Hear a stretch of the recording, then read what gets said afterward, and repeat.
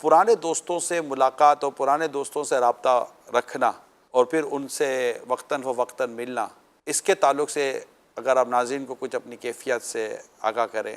سر میں خود جا کر مل نہیں پاتا، نہ رابطہ رکھ پاتا ہوں۔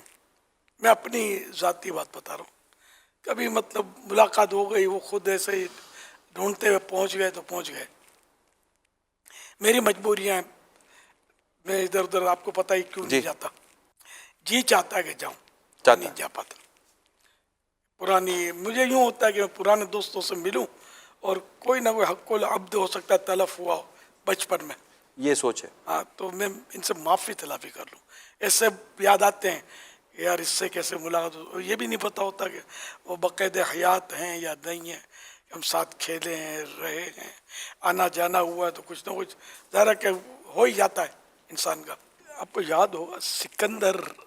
آتے تھے، میرے پرانے دوست آتے تھے دوستوں کو لے کر، کچھ عرصے تک آئے،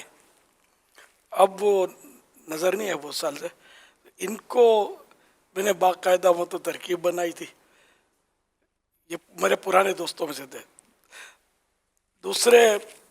پرانے دوستوں کا ان کو میں نے نمائندہ بنایا تھا، کافی سال ہو گئے اس کو،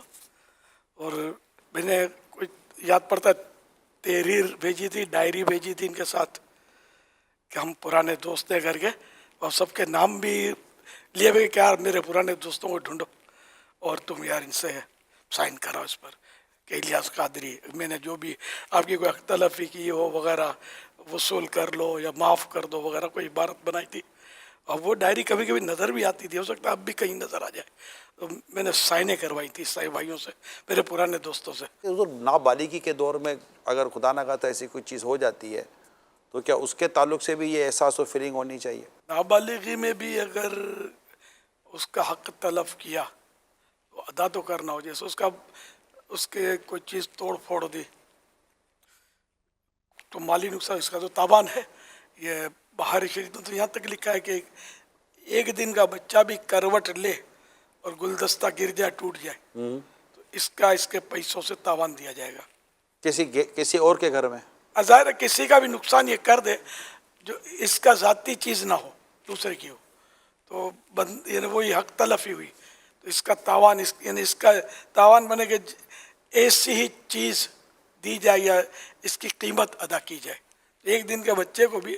حق العبد کی تو کا مطالبہ ہے۔ تو جتنے بھی اس وقت آپ کو بڑے دیکھ اور سن رہے ہیں، انہوں نے اگر کوئی اپنی زندگی کا اتنا بڑا پیریڈ گزار لیا ہے تو کئی ملک میں ہے، کئی امیر ہو گئے تو کوئی غریب ہو گئے، تو کئی علاقہ بدل گیا، شہر بدل گیا، ملک بدل گیا، حالات بدل گئے، کوئی غریب ہو گیا ہے، کوئی امیر ہو گیا ہے، کوئی پڑھا لکھا ہو گیا، کوئی غیر پڑھا لکھا ہے۔ اگر ان میں سے کوئی آپ کو دیکھ اور سن رہا ہے تو آپ انہیں کیا کہیں گے کہ وہ کیا ڈھونڈے اپنے دوستوں کو؟ ان لوگوں کے لیے ڈھونڈنا مشکل نہیں ہوتا، عام طور پہ میرا سیکورٹی ایشو ایسا ہے کہ میں جا نہیں سکتا کسی، ہمارے جیسے کہ پرانا علاقہ ہے اس میں تو میں کیسے جاؤں یار، اب کوئی لاؤ لشکر لے کر کسی کے گھر پہ ملنے جاؤں گا، اچانک بچپن کے دوست وہ گھبرا جائے گا کہ ہوا کیا، اور پہچاننے سے انکار کرے گا تو پھر اور مشکل کڑی ہو جائے گی۔